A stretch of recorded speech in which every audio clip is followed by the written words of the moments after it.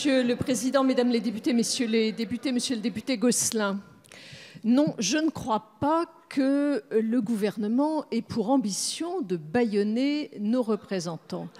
Je crois en revanche que dans le cadre de la réforme constitutionnelle que le Président de la République a annoncée déjà lors du discours du Congrès prononcé le 3 juillet dernier, le Président souhaitait que nous ayons une République forte avec des institutions puissantes.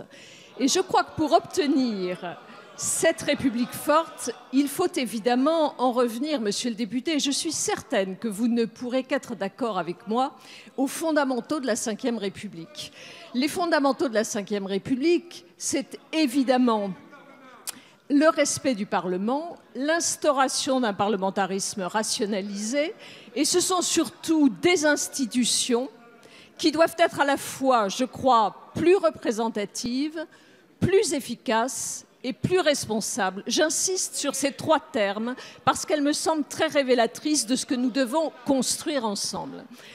Dans ce cadre-là, le gouvernement, avec Monsieur le Premier ministre, a engagé des consultations avec les principaux groupes parlementaires.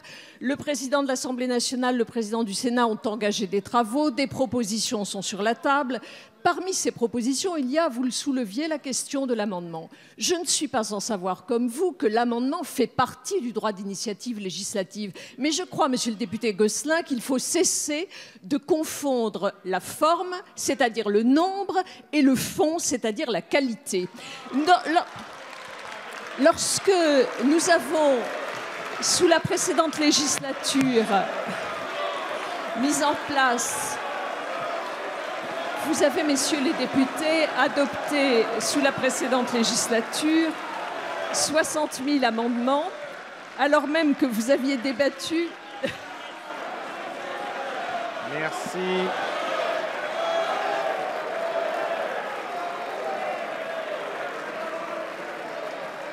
Merci, Madame la Ministre.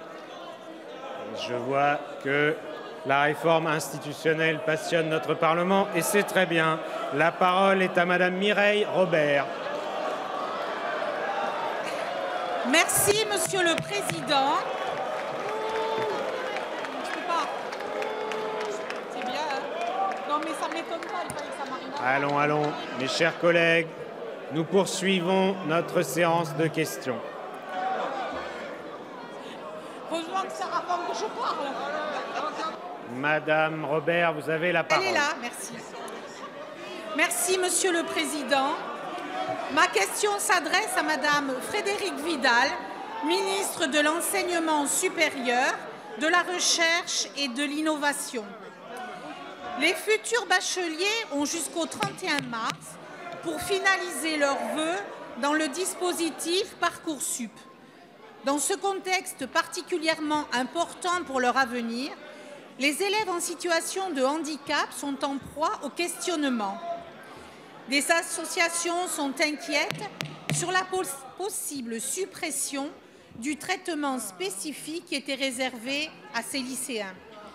La commission médicale, qui leur permettait d'obtenir une affectation prioritaire, aurait été supprimée. Ces lycéens peuvent difficilement être jugés dans le même contexte que leurs camarades. Leur parcours peut être ralenti ou intermittent en raison des